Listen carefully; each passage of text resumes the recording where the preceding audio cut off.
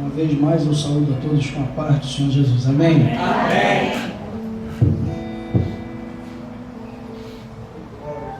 Eu confesso aos irmãos que eu me sinto muito à vontade aqui nesse lugar. Aleluia. Eu me sinto em casa, né? Passou por aqui. Passei por aqui. E assim é muito gratificante ter a oportunidade de ouvir os irmãos. E eu nunca, em todo tempo de cristão, eu nunca preguei uma campanha que depois chamassem todos os pregadores e a gente pudesse ver a todos os pregadores. Essa é a primeira vez que eu estou assim, tendo a oportunidade de estar de frente junto com todos os pregadores aqui neste lugar. E o interessante é que, principalmente hoje, João Vitor, nos dias de hoje, é muito difícil você chamar para uma campanha e depois reunir todos os pregadores de novo em um só dia. É muito difícil, difícil pela agenda e difícil também pela disputa. Todos que pegam o microfone querem, sabe? É o que acontece na maioria das vezes. Mas eu percebi no momento em que eu cheguei aqui, primeiro que todos aqui são os meus amigos, exceto o Luco, que estou tendo o prazer de conhecê-lo hoje, mas todos aqui são os meus amigos, e eu tive o grande prazer de dividir essa tribuna com todos, e sei que todos são humildes, todos são servos, todos são adoradores, todos adoram o mesmo Deus. Então, eu observei assim, quando João Paulo teve a oportunidade, ser o primeiro é ruim, né, João? Mas é bom também, porque agora você só ouve, não tem que falar mais nada. E quando ele falou, o Alisson abriu a Bíblia e falou assim: aqui, irmão André, ó, tirou a bala da minha boca. Aí, o camarada nem não vigiou nada. Brincadeira, o Alisson não falou isso não. Mas muito interessante que eu falei com o Alisson: Alisson, olha, segura essa palavra porque Deus falou com você e confirmou o que ele falou contigo. E quando fala de Jeremias, fala de que Deus ele está enviando alguém para poder pregar, para poder ensinar, para poder instruir, para poder corrigir. Não importa o que Deus vai fazer, importa que nós estejamos na condição. Estar na condição, irmã Ângela, não é você saber, mas é você se colocar na condição de quem não sabe realmente.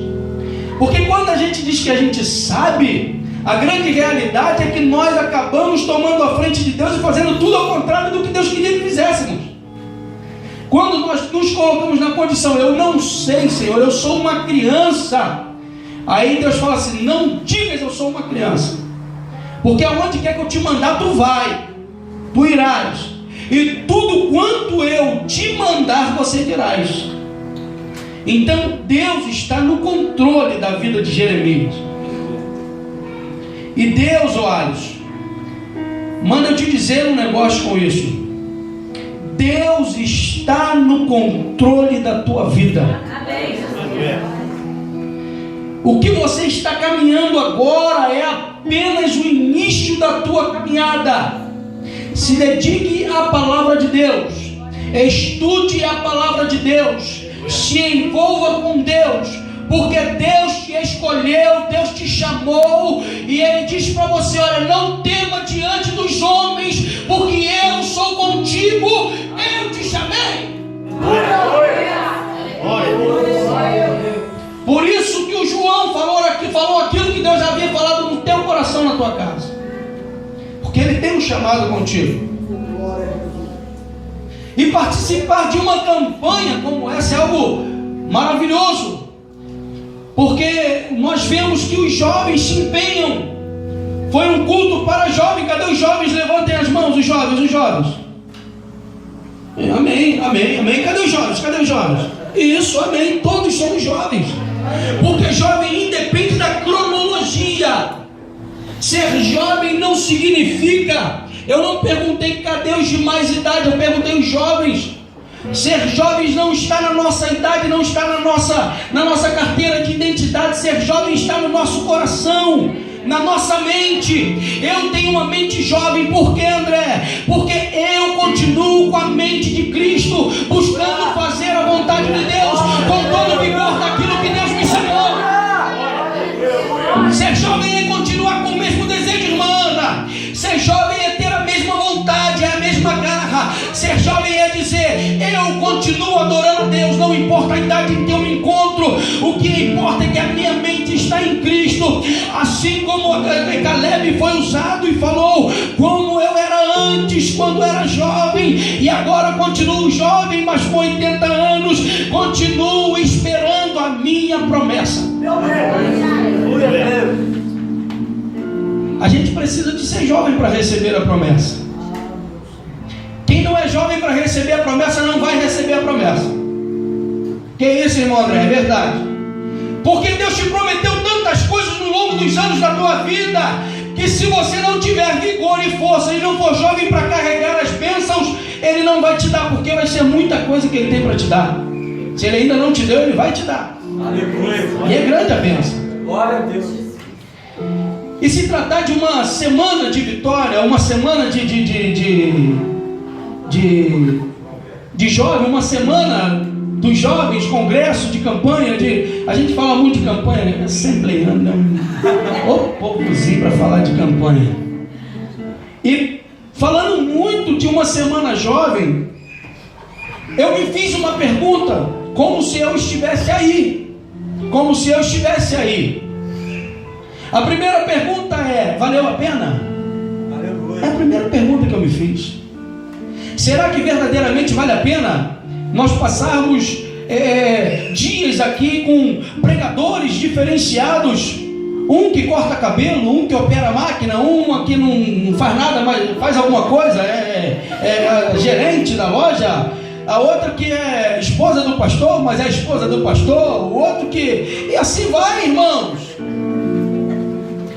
E vocês param para ouvir pessoas que talvez não são doutores em teologia, não têm conhecimento farto em exegética, em hermenêutica, em semântica, mas que se dispôs e falou assim, Senhor, eu não tenho para dar para aquela igreja, mas não sou eu, usa, Senhor, a minha boca, assim como o Senhor fez com Jeremias, e fale com a tua noiva.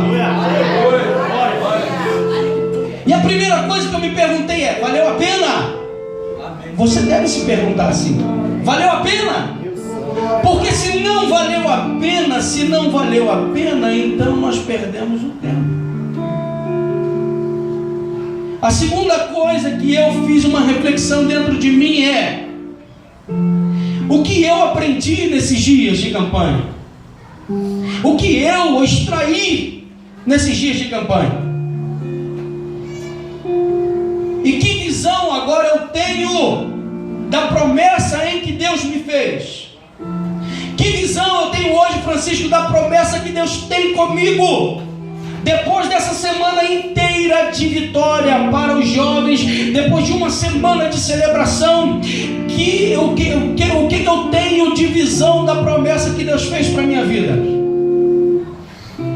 E é concernente a isso que eu quero falar para você na noite desse dia. Números capítulo 13, versículo 1 e versículo 2 diz assim: E falou o Senhor a Moisés dizendo: Envia homens que espiem a terra de Canaã, que eu hei de dar aos filhos de Israel.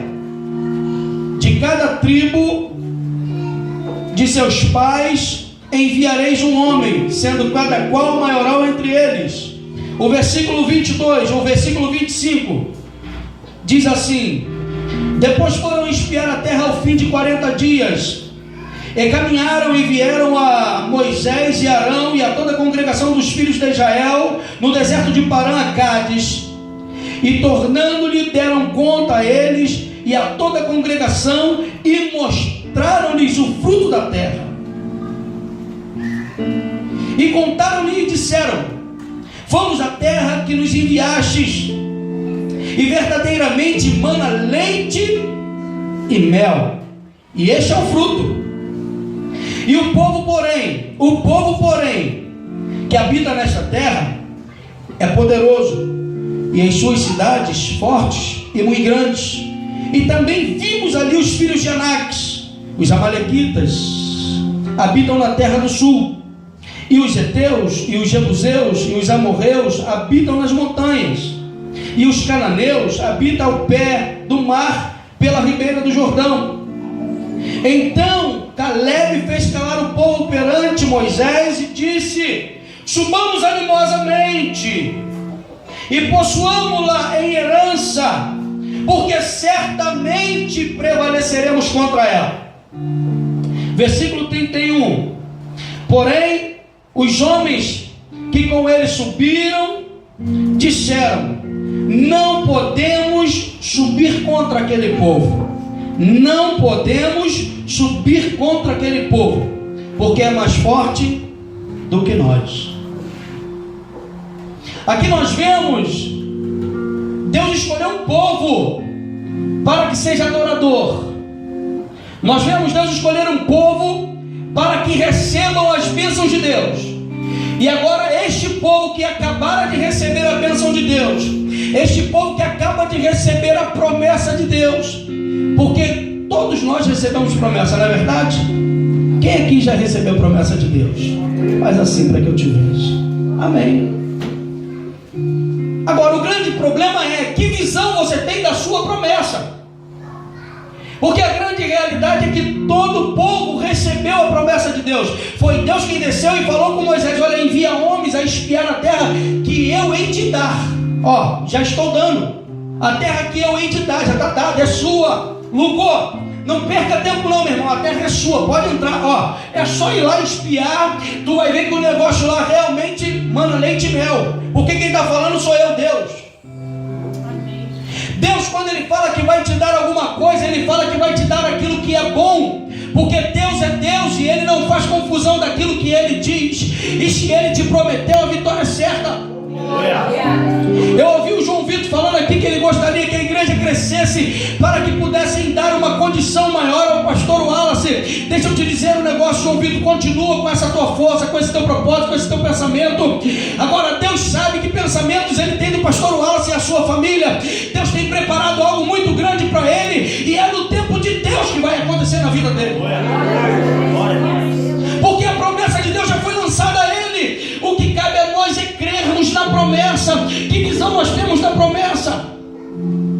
Algumas pessoas, quando vai visitar a terra em que Deus promete, faz como esses 11 que tiveram aqui, como esses 10 que tiveram aqui.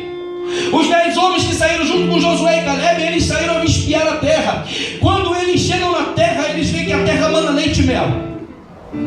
Eles chegam a pegar o fruto da terra. Segundo a história, eles tinham que 2 homens para carregar um cacho de uva. E eles trouxeram muitas coisas da terra. E quando eles chegaram lá com essas coisas inteiras da terra, o que eles fazem? Eles dizem: olha aqui, ó, está aqui o fruto. A terra manda leite e mel. O negócio verdadeiramente funciona.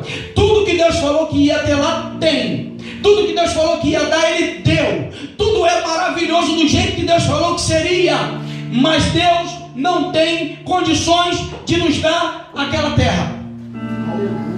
A promessa que Deus fez para mim é uma promessa mentirosa. É como se esses homens dissessem isso. Aquilo que Deus nos prometeu, Ele não é capaz de cumprir, porque a terra tem gigante. Está lá os filhos de Anak, está lá os jebuseus, os fariseus, os amorreus. Todos eles estão lá, e é difícil de nós entrarmos e chegarmos na terra. Eles simplesmente olharam para a promessa de Deus e disseram: o Deus que prometeu não é fiel para cumprir. É isso que nós fazemos muitas vezes. Muitas vezes é esse tipo de visão que nós temos da nossa promessa. Deus te prometeu te levantar, ou te colocar em algum lugar de destaque, ou em alguma condição, ou te prometeu te dar alguma coisa. Se foi Deus, vai cumprir. Agora, o tempo é de Deus. O tempo não é o meu, é o de Deus. Eu posso abrir a boca aqui e profetizar alguma coisa para esta igreja, e eu posso morrer e não ver se cumprir. Isaías, Jeremias e tantos outros profetas fizeram isso. Porque o tempo não é do profeta, o tempo é do Deus do profeta. Glória a Deus. E Deus cumpriu. Deus falou que ia dar, estava lá a terra. Agora, a visão deles era: não dá para nós irmos contra ela. Mas a visão de Deus, pastor Wallace, que estava sobre Josué e Caleb, fez com que Josué e Caleb disseram: cala-te, para não esmorecer mais o coração do povo, porque o povo começou a murchar. Cala-te. Sabe o que eles estavam dizendo? Quem prometeu foi Deus. Se Deus prometeu, Ele vai cumprir. Quem prometeu foi Deus. Se Deus prometeu, Ele vai dar. Se Deus disse que a terra é nossa, a terra é nossa. Se Deus disse que eu vou entrar, eu vou entrar. Eu não sei se eu vou entrar faltando um braço, eu não sei se eu vou entrar faltando uma perna, mas se Deus prometeu, eu vou entrar. Deixa eu te dar uma boa notícia aqui. Eu não sei se Deus prometeu casa a você. Eu não sei se Deus prometeu carro. Eu não sei se Deus prometeu a troca de um carro. E eu não sou besta aqui em dizer que Deus está mandando eu dizer para você que Deus não mandou. Mas eu tenho uma boa notícia para dar para você, e isso foi Deus quem mandou eu te dizer. Deus prometeu que todo aquele que nele cresce não morreria, mas teria uma vida eterna ao seu lado no céu de glória. Deus prometeu um céu para mim, Deus prometeu um céu para você, e eu tenho uma coisa boa para te dizer: o céu já está pronto, já está preparado, a terra é boa, mana leite e mel, e você vai morar nessa terra. Eu e você moraremos na mansão celestial. Está prometido. Agora entre por ela. E eu agradeço a oportunidade em nome de Jesus.